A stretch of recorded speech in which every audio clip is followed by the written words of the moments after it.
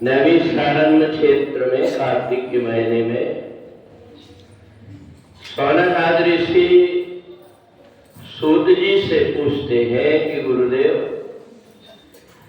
आपने कार्तिक के महीने की प्रत्येक तिथियों का बड़ा महत्व बताया है, तो ये बताइए कि कार्तिक के महीने में जो एकादशी पड़ती है उसका क्या महत्व है। सूत जी कहते हैं कि हे ऋषियों,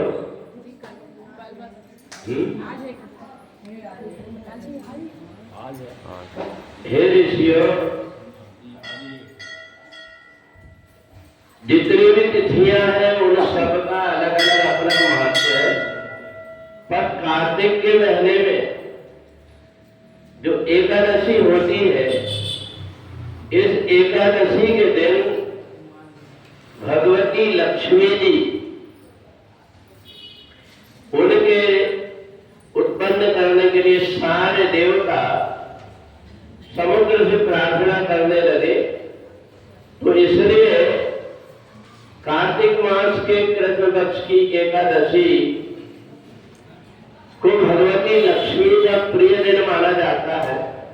इस दिन देवताओं ने प्रार्थना किया था, इसलिए माता लक्ष्मी ने कहा कि ठीक है, मैं प्रकट होकर के आऊंगी अपने सब प्रकार के अन्न धन के साथ में। माता लक्ष्मी एकादशी के दिन सारे देवताओं को बता दिया, इसलिए आज की जो एकादशी है उसका नाम रमा एकादशी है। सूत जी कहते हैं कि ऋषियों, ये जो रमा एकादशी है, ये रमा एकादशी भगवती लक्ष्मी की प्रसन्नता का दिन है। जिस घर में दरिद्रता रहती है, किसी न किसी प्रकार का पूर्व जन्म का कोई कर्म रहता है जिसके कारण लक्ष्मी रुष्ट होती है, और इसलिए इस जन्म में कई प्रकार के प्रयत्न करने के बाद में भी धन और संपत्ति से व्यक्ति वंचित हो जाता है। तो इसलिए माता लक्ष्मी ने देवताओं को आश्वासन दिया था कि तुम्हारे कर्म के कारण, तुम्हारे अभिमान के कारण ही मैं समुद्र में चली गई थी, इसलिए देवताओं को तो दुर्लभ रहेगा, परंतु मनुष्यों के लिए एकादशी से लेकर के अमावस्या तक जो पूजन होता है, उस पूजन में जो भी घर में मेरी पूजन होगी, जहां कहीं भी मेरा सम्मान होगा, उसके यहाँ किसी प्रकार की कोई कमी नहीं आएगी।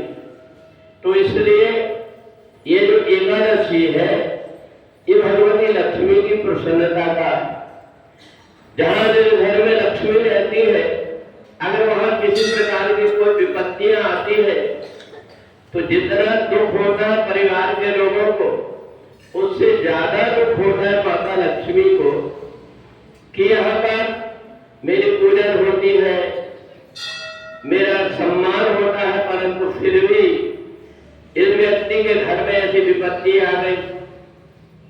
तो माता लक्ष्मी अगर कोई प्रकार की विपत्ति आ भी गई तो उसके निवारण का कोई ऐसा कोई उपाय करती है जिससे कम समय में और उसके घर में जिस प्रकार की लक्ष्मी थी वैसा ही वैभव बन जाए।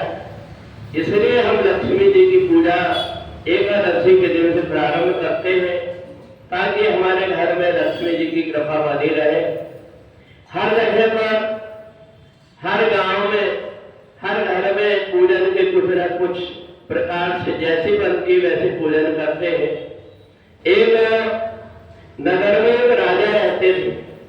उन राजा को जब ये पता लगा कि माता लक्ष्मी जब रुष्ट हो जाती है, दरिद्रता आती है, तो उसने मन में विचार किया कि मेरे नगर के जितने भी लोग हैं सब संपन्न हो जाए, उनके घर में कोई दरिद्रता ना रहे।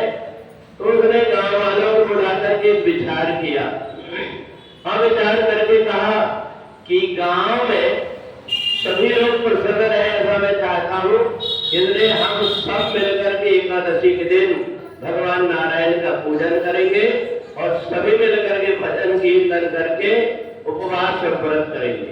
पूरा गांव, यहाँ तक के जो घर में पले हुए जीव जंतु है,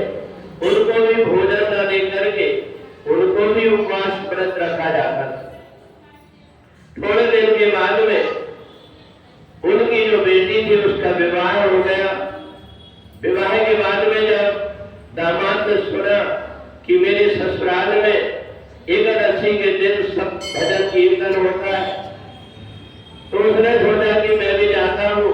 और वो वहां पहुंचा। उस समय पर चंद्रभागा ने देखा इसको तो ऐसी बीमारी है, अगर एक दिन भोजन नहीं करेगा ये तो इसकी तो मौत हो जाएगी। उन्होंने कहा कि तुम गलत दिन आ गए, भजन कीर्तन तो होता है पर इस दिन सबको उपवास व्रत करना पड़ता है। कहा अब मैं तो आ ही गया हूँ, जो कुछ भी हो। उसने भी पूरा दिन वहां रह करके भजन कीर्तन किया। भजन कीर्तन के प्रभाव में भगवान की ऐसी कृपा हुई कि उसका रोग दूर हो गया, परंतु उसकी मौत नहीं हो पाई। तो इसलिए सूत जी कहते हैं कि जो भी व्यक्ति श्रद्धा और भाव से एकादशी का व्रत करता है, कार्तिक महीने की कृष्ण पक्ष की जमा एकादशी के दिन भगवती लक्ष्मी की कृपा होती है और एकादशी के दिन से दीप प्रज्वलित किया जाता है घर में, ताकि अपने यहाँ पर कहीं किसी प्रकार की दरिद्रता न रहे। बहुत सी जगह सूपा की पूजा करके और प्रातःकाल सूर्योदय होने के पहले सूपा में हाथ पटक करके और पूरे घर के आसपास घूमते हैं, ताकि कहीं दरिद्रता अपने घर में मैली न आए। इसलिए अलग अलग जगह पर अलग अलग प्रकार